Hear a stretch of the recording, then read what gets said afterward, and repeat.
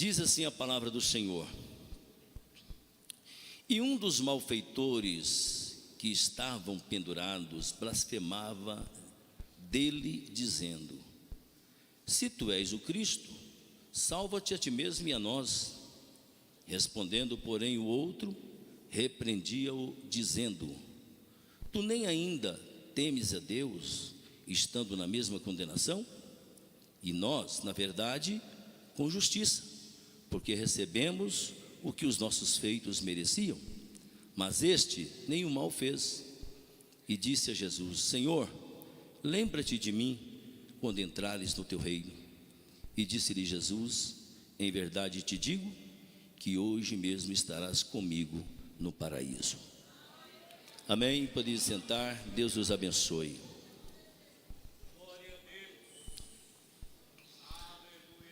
Peço aos irmãos que vamos manter a oração diante de Deus, espírito de adoração, evitar andar, por favor, para ouvirmos o que Deus tem para nos falar.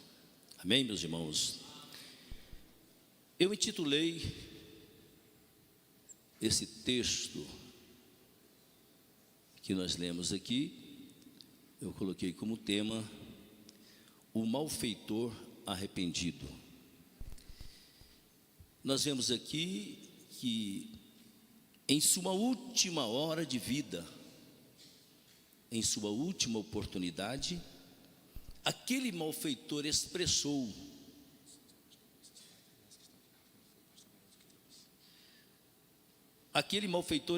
a sua fé em Cristo, e pedindo a Ele misericórdia, ele foi salvo na sua última oportunidade. Deus nos dá oportunidade. As oportunidades vêm e vão-se, mas esse malfeitor, ele aproveitou a sua última oportunidade e não a perdeu. Eu quero aqui expressar, em rápidas palavras, 5 passos para a vitória de um malfeitor. Nesse texto do versículo 39 e 40, nós vemos aqui o primeiro passo, que é temor a Deus.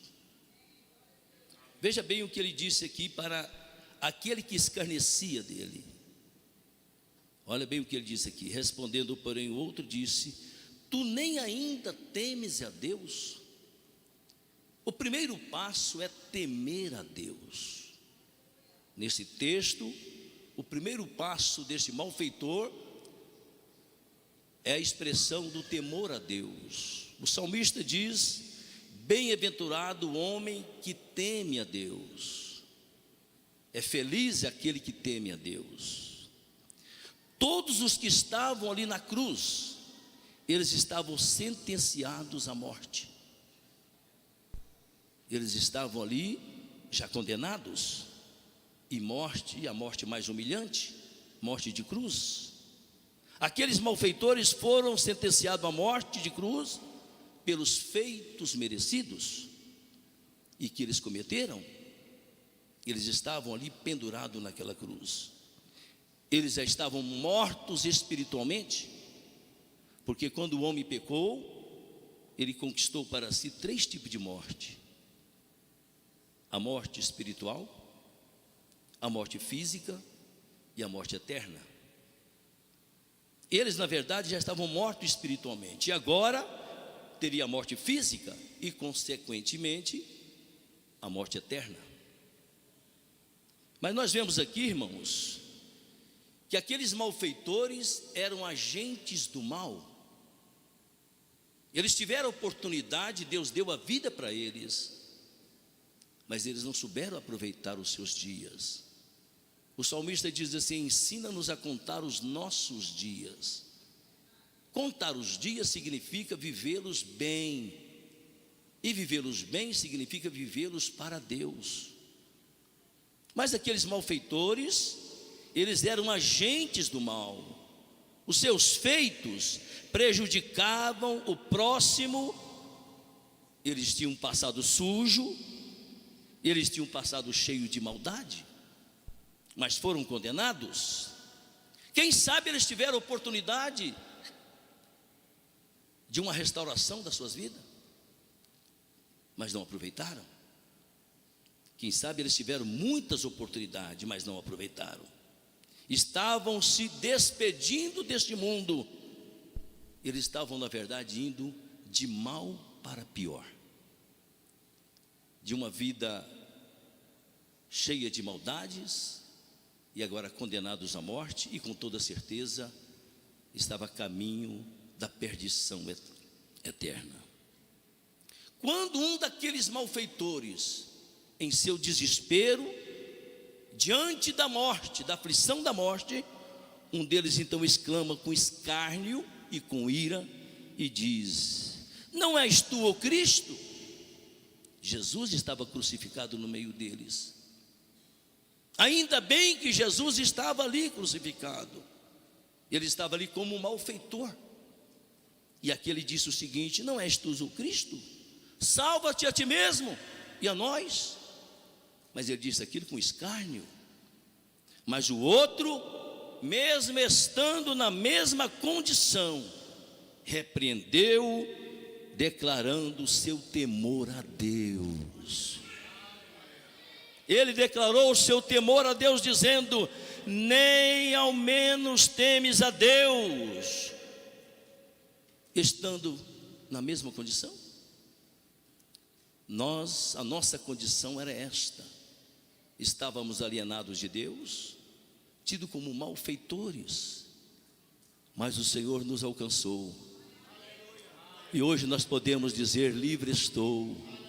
Fomos salvos na pessoa bendita de Jesus Cristo.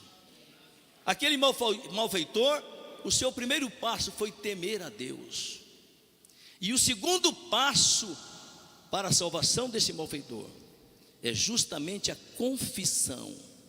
Veja bem que no versículo 41, os irmãos acompanhando aí, ele diz o seguinte: nós, na verdade, com justiça, porque recebemos o castigo que nossos atos merecem. O primeiro passo é temer a Deus. Ele temeu a Deus, ele temia o Senhor. E o segundo passo foi a confissão. Ele então confessou a justiça do seu castigo. Aquele malfeitor reconheceu que ele merecia aquele castigo. Aquele malfeitor estava consciente dos seus atos de injustiça e reconhecia a sua sentença.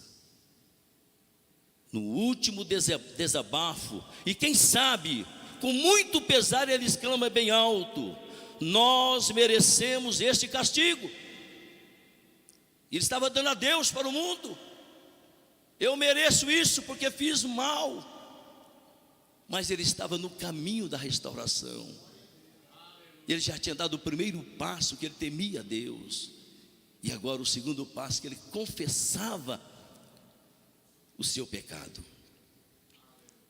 Quantas injustiças contra Deus e contra o próximo o homem faz. Nós estamos vendo, está patente aos nossos olhos hoje em dia, quantas afrontas que o homem tem feito para com Deus. Não é verdade, irmãos? Quantas das vezes nós presenciamos pessoas escarnecendo de Deus, pessoas afrontando Deus, assim publicamente, literalmente afrontando ao Senhor. Nós vemos isso aí pela televisão, vemos isso aí dia a dia. Mas esses malfeitores que estão fazendo isso, se eles se arrependerem, eles têm o perdão do Senhor Jesus. Aleluia. Porque a Bíblia diz que o Filho do Homem veio para salvar o que se havia perdido. E quantos estão perdidos? Mas ainda a porta da graça está aberta. Ainda Jesus tem ainda a oportunidade de salvar, de restaurar vidas. No Salmo de número 23, e o versículo 6, lá diz assim: certamente que a bondade e a misericórdia me seguirão todos os dias. Escuta aqui, irmãos.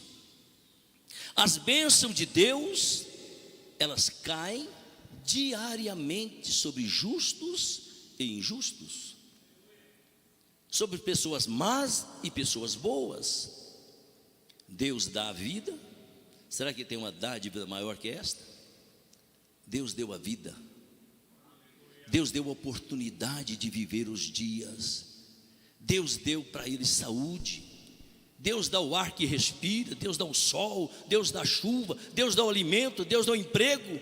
É muitas bênçãos que Deus derrama sobre todos, porque Deus é bom. Aleluia. Jesus disse: quem é bom senão a Deus?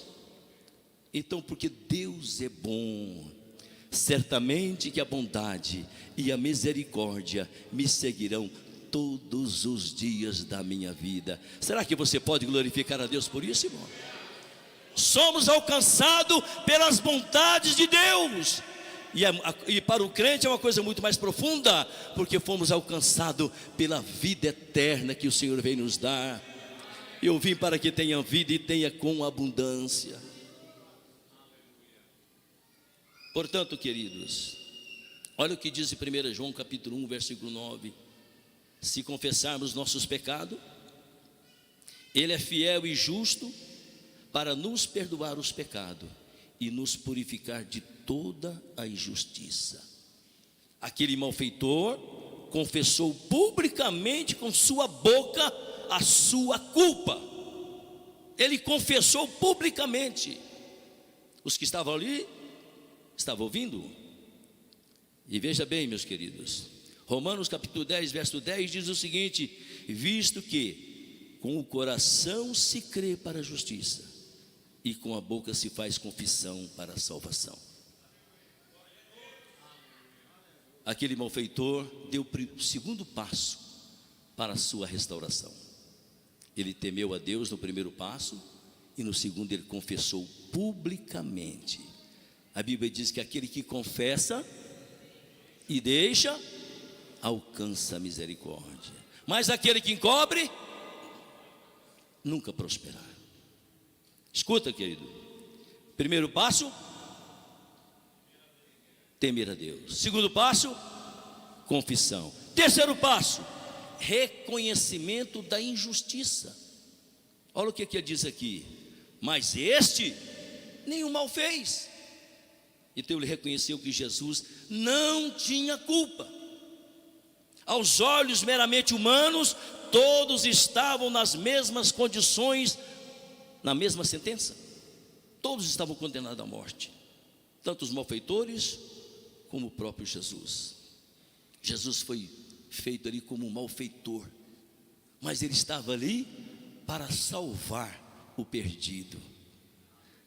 Aquele malfeitor tinha um senso de justiça. Nós vemos aqui, querido, quando bradou bem alto a injustiça que Jesus estava sofrendo, ele disse: mas este nenhum mal fez. Então ele creu, ele tinha aquele senso de justiça. Por certo, ele sabia, ao ouvir dos grandes feitos de Jesus, quantas curas, quantas libertações, quantas restaurações de vida, multiplicação de pães, ressurreição, com toda certeza ele tinha ouvido aquilo. E agora ele estava bem pertinho de Jesus, e ele estava ao lado de Jesus, aquele que tantas maravilhas fizera. Ele estava ali, e o melhor de tudo é que ele estava consciente de que Jesus não tinha culpa nenhuma. Aleluia. Ele ficou sabendo recentemente que Jesus fora condenado em lugar de um dos seus companheiros de crimes, por nome Barrabás. Ele ficou sabendo disto. Quem está no lugar dele era Barrabás, mas Jesus foi colocado no lugar de Barrabás. Jesus libertou um que estava preso. Escuta bem, irmãos, que coisa linda. Ele foi sentenciado à morte, tirou um da prisão, que era Barrabás, libertou-o da morte e morreu no lugar dele. E lá na cruz, ele estava ali para salvar um outro que estava morrendo também. É assim que Jesus faz. Ele veio para dar vida. Alabaxerianda. Aleluia. Louvado seja o nome do Senhor. Olha que coisa maravilhosa. Com toda certeza, aquele malfeitor, ele estava ali naquela ansiedade de terminar a sua fala para poder expressar o seu maior desejo para Jesus. Jesus estava ali como um malfeitor, né? A Bíblia nos fala em Lucas 22, a versículo 36, diz assim: com os malfeitores foi ele contado, mas era o maior benfeitor de todos os tempos. Ele sem culpa levou sobre si as nossas culpas, e sobre suas pisaduras nós fomos sarados. Quantos crentes sarados tem aqui nesta noite? Quantos crentes foi alcançado aqui pela graça de Deus? Olha o que diz Isaías 53 verso 5: mas ele foi ferido por causa das nossas transgressões e moído por causa das nossas iniquidades. O castigo que nos traz a paz estava sobre ele, e pelas suas pisaduras fomos sarados. Eu fico pensando assim, irmãos, uma obra tão grande como esta, é impossível ficar calado, é impossível, irmão, reter a satisfação que tem no coração daqueles que foram alcançados pelas misericórdias do Senhor. Aleluia. Pelas suas pisaduras nós fomos sarados. Ele levou sobre si as nossas enfermidades e perdoou as nossas iniquidades. Isso te alegra? Isso é alegria para você? Então dá um brado aí, irmão. Diga o seguinte: Jesus, eu estou muito feliz porque o Senhor me alcançou com a tua misericórdia. Aleluia. Então é preciso crer e tomar posse, né? A cura das injustiças, do individualismo, né? Do rancor, da amargura, dos ressentimentos, da falta de perdão. Creia e tome posse, porque Jesus está sarando. Jesus tem cura aqui nesta noite, irmão. Se há alguém que está enfermo aqui, com a alma enferma, Jesus quer te curar. Quem sabe com o ressentimento, quem sabe com a falta de perdão, Jesus tem cura aqui nesta noite. Ele é o médico dos médicos. Quantas das vezes nós viemos para a casa do Senhor com um peso muito grande, com situações, com tristezas. Quantos que entram angustiado e saem angustiado, mas o Senhor está na casa. Jesus está aqui e Ele veio para trazer alegria, transformar a sua tristeza em alegria. Aleluia. Desçamos diante do Senhor com sede de Deus, acheguemos-nos a Ele, né? Diante da sua graça, da sua presença, e ofereçamos a Ele um culto de gratidão e louvor ao Senhor. Você pode agradecer a Deus? Você pode agradecer ao Senhor pela vida que Ele te deu, pelas bênçãos que Ele tem derramado sobre a sua vida. Ele está te preservando até hoje. Você não sofreu dano nenhum, porque o Senhor tem cuidado de ti. Aleluia. Escuta, querido, aquele malfeitor, na sua caminhada para a restauração, ele passou pelo terceiro passo. O primeiro foi temer a Deus, o segundo foi a confissão, o terceiro foi reconhecimento da injustiça contra Jesus. O terceiro passo, reconhecimento do senhorio de Cristo. E então ele disse aqui no versículo 42, você seguindo, ele disse: e disse a Jesus, Senhor. Ele reconheceu que Jesus é Senhor. Aleluia. Abra sua Bíblia, por favor, Filipenses capítulo 2, versículos 9 a 11, diz assim: olha que coisa maravilhosa. Por isso também Deus o exaltou soberanamente e lhe deu um nome que é sobre todo nome, para que ao nome do Senhor Jesus se dobre todo o joelho dos que estão nos céus e na terra e debaixo da terra. Versículo 11: e toda língua confesse que Jesus Cristo é o Senhor. Jesus é Senhor. Alabaxerianda. Aleluia. Jesus é Senhor. E ele reconheceu, ele disse: Senhor. Ele clamou pelo Senhor. O Senhor estava lá na cruz, crucificado lá na cruz, mas ele não deixou de ser Senhor. Ele sempre foi o Senhor. Alabaxerianda, aleluia. Ele é o Senhor de todas as coisas, dos céus, na terra e debaixo da terra.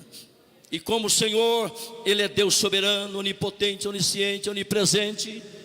Tudo está sob o controle dEle. Nada escapa das mãos do Senhor. Pode levantar o inferno, pode levantar o que for, nada pode contra o nosso Deus, porque Ele é Senhor. Igreja, tome posse disso aí. Jesus é Senhor da tua vida. Jesus é Senhor do teu lar. Jesus é Senhor. E tudo está sob o controle do Senhor. Aleluia. E no seu último passo, no quinto passo, que é fé admirável. Olha o que ele diz aqui no versículo 42, a parte B. Depois que ele diz Senhor, ele fala: lembra-te de mim quando entrares no teu reino. Será que você pode glorificar a Deus por isso, irmão? Crê nele como rei. Quem tem reino é um rei. Lembra-te de mim quando entrares no teu reino. Olha que coisa bonita. Ele crê nele como rei. Aleluia. Autoridades, soldados e um bandido julgam que a única prova válida de Jesus ser o escolhido de Deus é descendo da cruz. Eles criam assim. Essa prova foi dada na ressurreição, quando Jesus saiu do sepulcro. Ele ressuscitou. Oh, glória! Mas o outro malfeitor creu naquela epígrafe sobre ele, que estava lá em grego, romano e hebraico: este é o rei dos judeus. Aleluia. Ele creu naquela epígrafe ali e disse: Senhor, lembra-te de mim quando entrares no teu reino.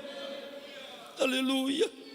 E ele já estava prestes a morrer, mas ele clamou na sua última oportunidade a quem era de direito, ao Senhor Jesus Cristo. Amém, meus irmãos? Aleluia. Ele clama para si mesmo, ele faz uma petição.